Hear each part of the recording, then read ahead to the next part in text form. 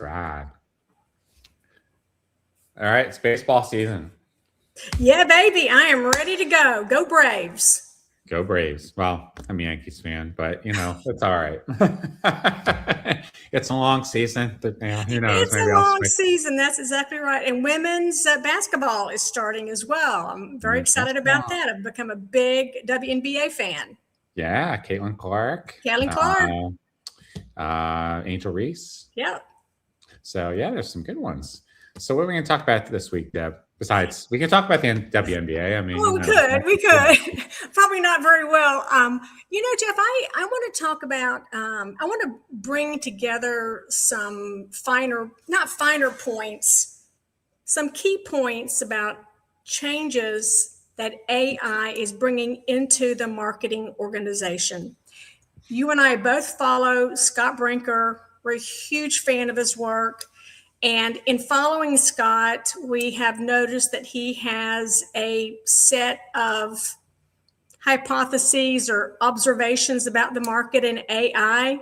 So why don't we just talk about some of those to try to give our listening audience a tight set of big changes that is being forced through or by AI? Yeah, I think, we're in alignment with Scott on a lot of things. I think, first of all, he's been talking about what we've been talking about the last month, which is the org itself is changing.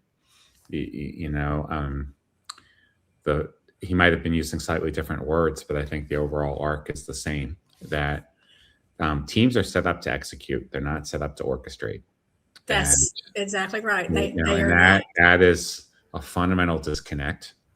Right. If you're any kind of manager or marketing leader, you grew up in schools of management, you read all these different books about how to lead and how to manage and how to motivate. But many of these schools of management were built around an execution outcome. Even the concept of the OKR, right? The KPI. Mm-hmm. So how do we execute? So if AI now is doing the execution, what do you need your team to do? You need your team to orchestrate, to strategize, to apply judgment.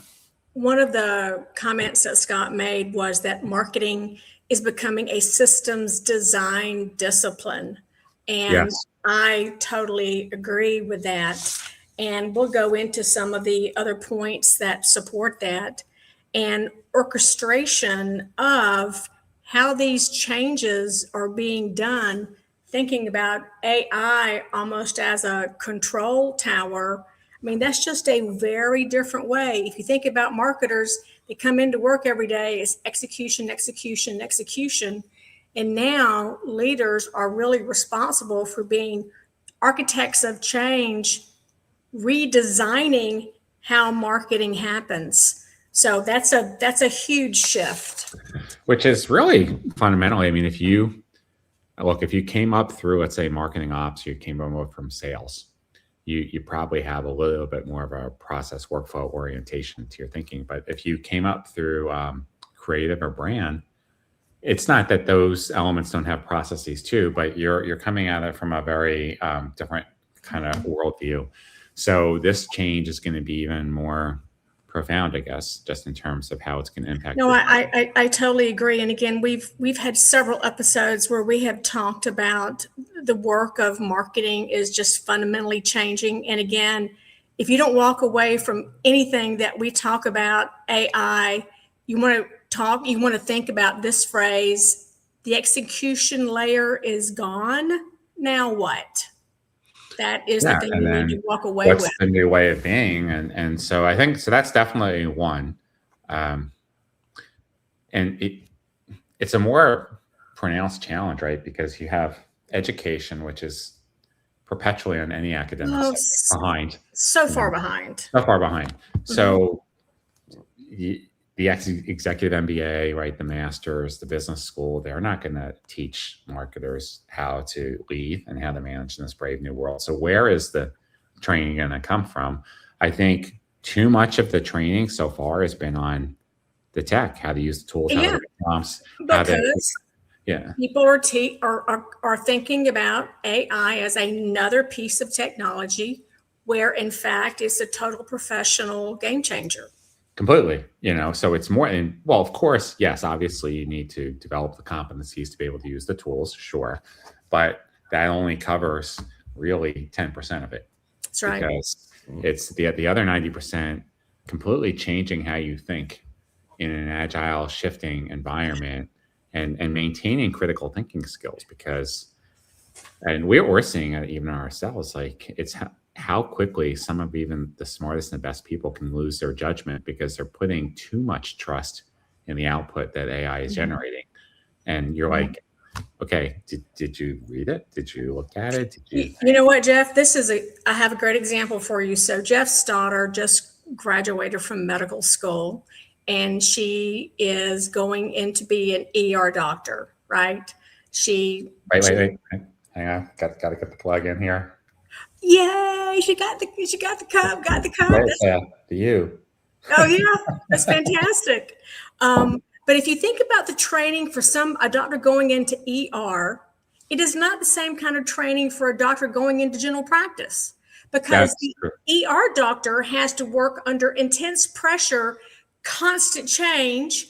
Whereas the general practitioner, you come to the office, you've got, whatever. Right? I'm just saying that we train these individuals different based on the environment that they work in, and the environment that AI is creating is constant change, constant ambiguity, and totally blowing up existing models of operation. Not to mention, even before AI, it's not like companies spent a lot of money on training, Deb. And marketing's the worst. Yeah, maybe $500, $1,000 per head per year. Maybe that's not going to get you very far, or you get to go to one or two conferences. So this is a huge problem.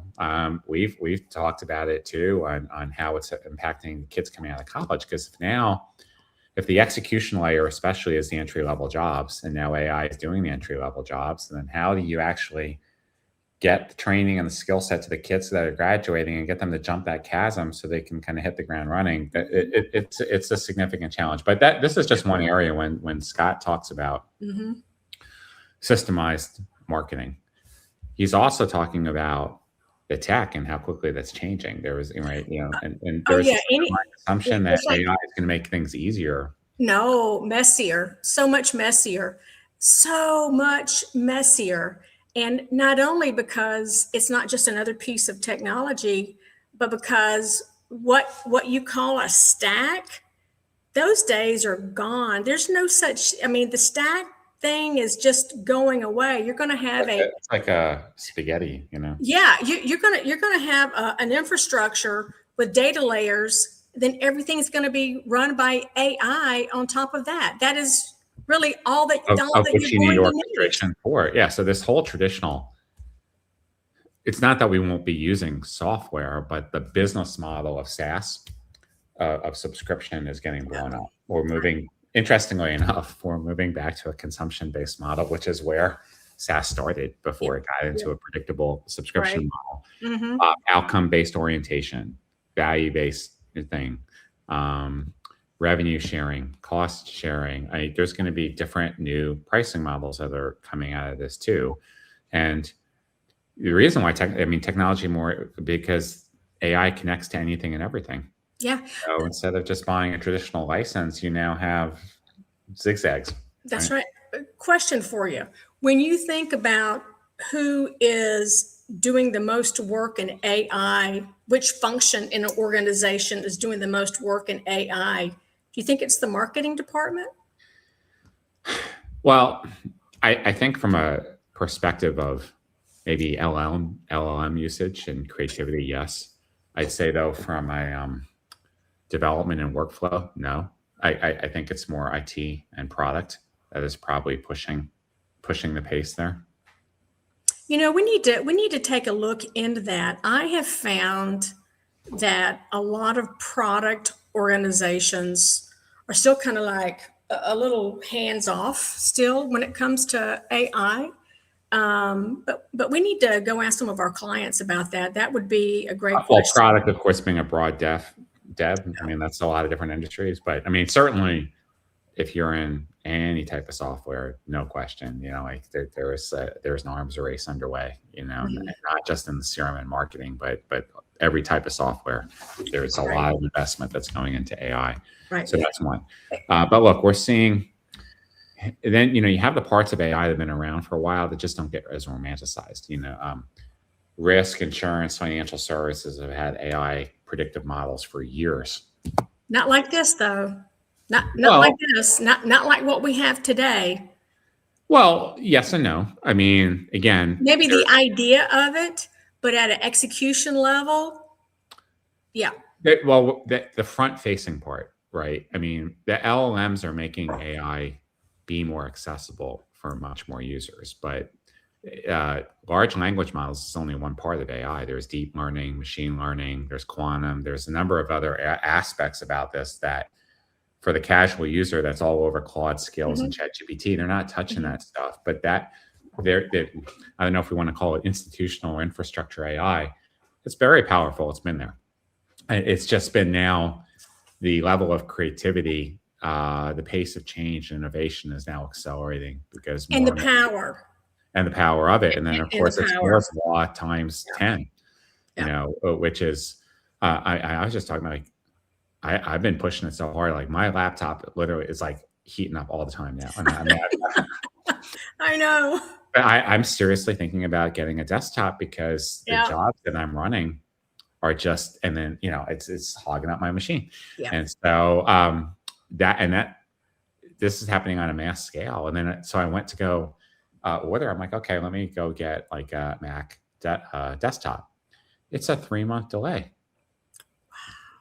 Because because all the corporations are buying up all the chips. Yeah. Because everyone's trying to get hoard. Yeah. Everyone's investing in AI, so it's having supply chain disruption. That's true. That's true. I knew there were some. I didn't realize it was at our level. So let's just kind of keep talking about these big shifts from AI. We talked about how AI is not making the stack easier. It's making it messier. The idea of the stack is going away. We're going to be talking about infrastructure and data layers. Huh? No more Stacky awards. We're not going to do that anymore. It's going to be some other kind of award. It's probably going to be the AI award. The AI Spaghetti Award, yeah. Or the Spaghetti Award. But the other thing that we have talked about many times, and Scott also talked about, is that the bottleneck isn't the tech. It isn't the AI. It's organizational readiness. And we have talked about that many times. It's really people, process, and leadership. And honey, I'm going to lean very heavy into the leadership for this. Because if you are not a change agent, you don't need to be a leader in this day, not with AI.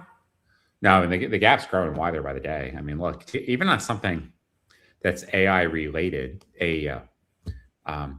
we're not even asking our clients to do something with AI specifically, but we are asking them to approve AI-friendly pages and content. But they're still treating it like their process, like it's a typical web page or an ebook or a white paper. They're taking 2 weeks, a month to approve a page, right? And we're like, no, like we got, this is an arms race. Like, you got to get these pages up so that you can start getting found by the AI. So I think there's just these traditional mindset ways of working.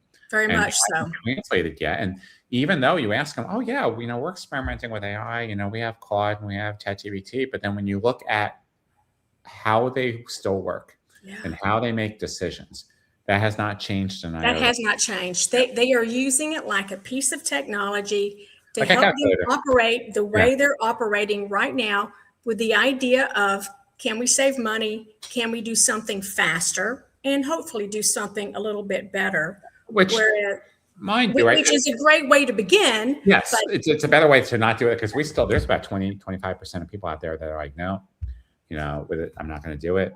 And I don't know about you, but I'm starting to get blasted on social media by all these AI haters. Like, hey, AI is the devil. F you. I know. You're probably not even fake. You're real. You're probably fake. I'm like, okay, whatever. I know. It's ridiculous. I gave somebody hell the other day for he made the comment that I'm not going to touch ChatGPT, and I said, well, you're just ignorant ass then, aren't you?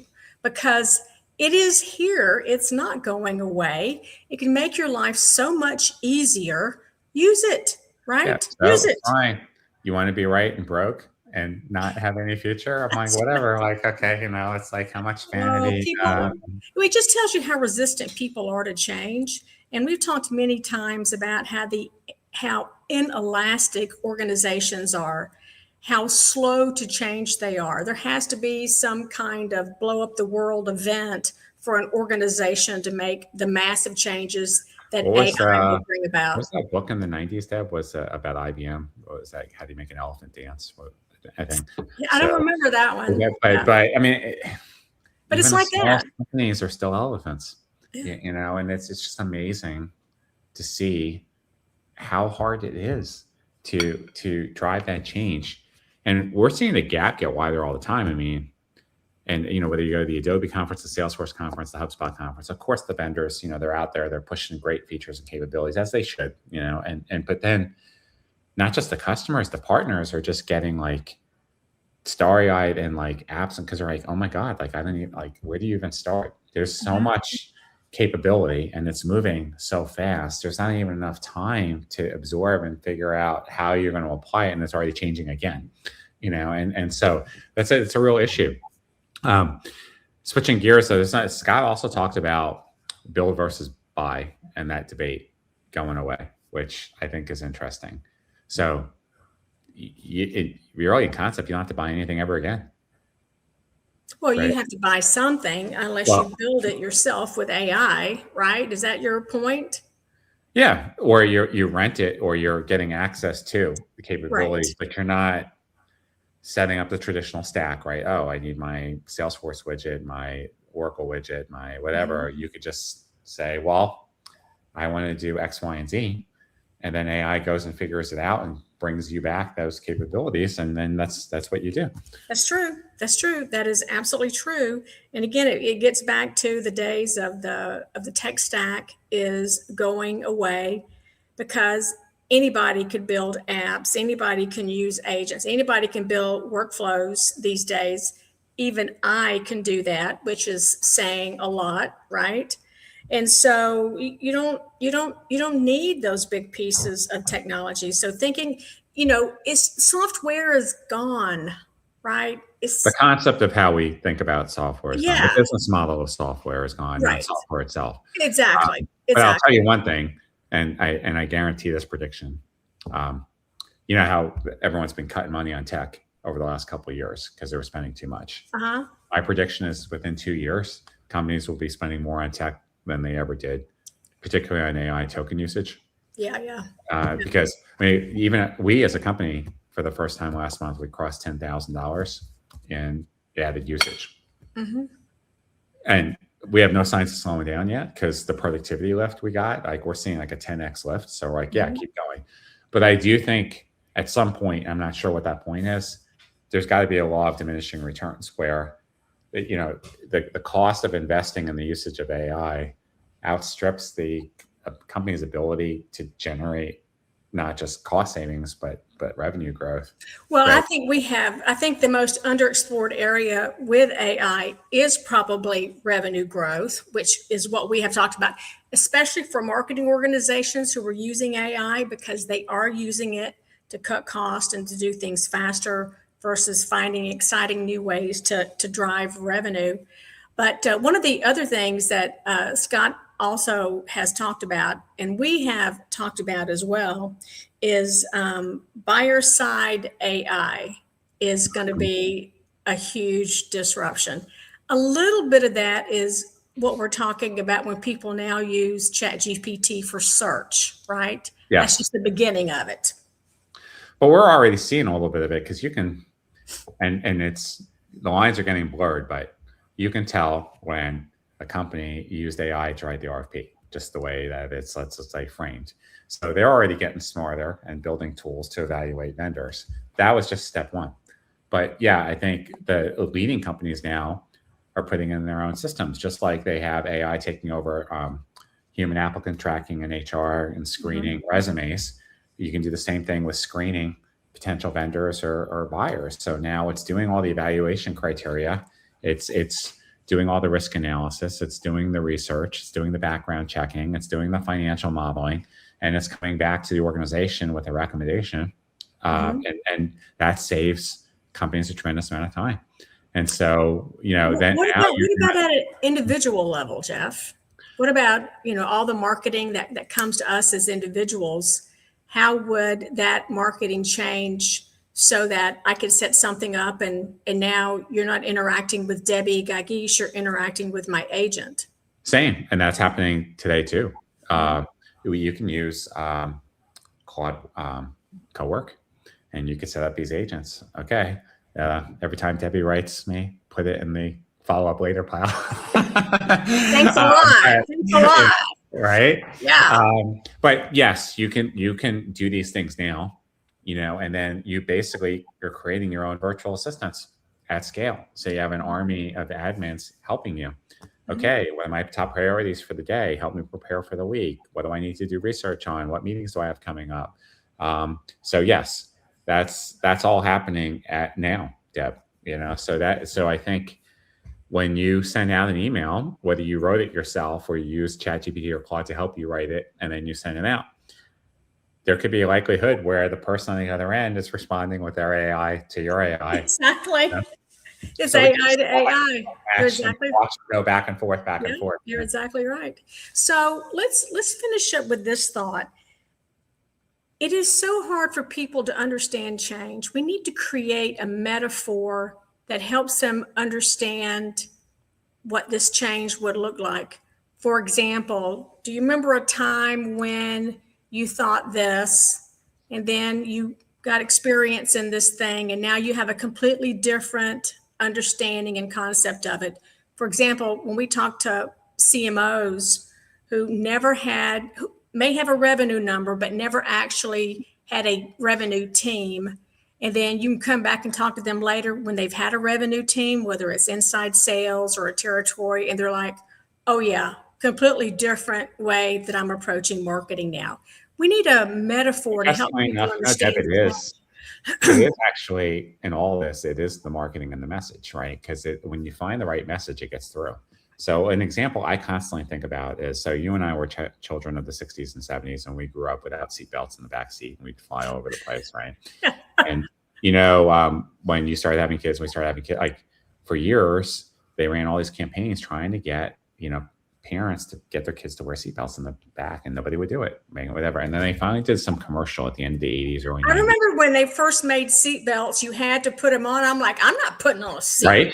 Yeah, I'm not putting on a seatbelt. And even today, of course, even on a school bus, they still don't make you wear seatbelts, but that's a whole other story. But there was some commercial that came out at the end of the 80s that basically saw a kid go through the windshield, and it was such a visceral thing because every parent, of course, would go through hell on earth to protect their child. They're like, oh, I don't want that to happen to my kid. And it was like overnight. So after 20 or 30 years of people arguing against logical and emotional arguments about seatbelts, that made a connection point. So I don't know if we have to get that literal here, but to your point about the metaphor or message, it has to be the right chord so that you don't, shouldn't need a lot of explaining. When it's the right message, people are like, I get it. Okay, I'm just gonna do it. No, I don't think people are getting it though. I think that I think especially in corporate America, things are so tight. Those ruts for the way they think are deep. And I think that let's just be thinking about some metaphors. And you're right. If they're not getting it, then maybe we do have to throw them through the fucking windshield, Yeah. we may have to. Well, anyway. Yes. I mean, those are just some key big changes for you to think about as you consider AI, as you take a look at your strategies. It's not just about saving money. We are talking about a sea change in how marketing is run and what marketing will be capable of. So the more you can incorporate these new thoughts and these new ideas into what you do, the more you'll be ahead. Amen.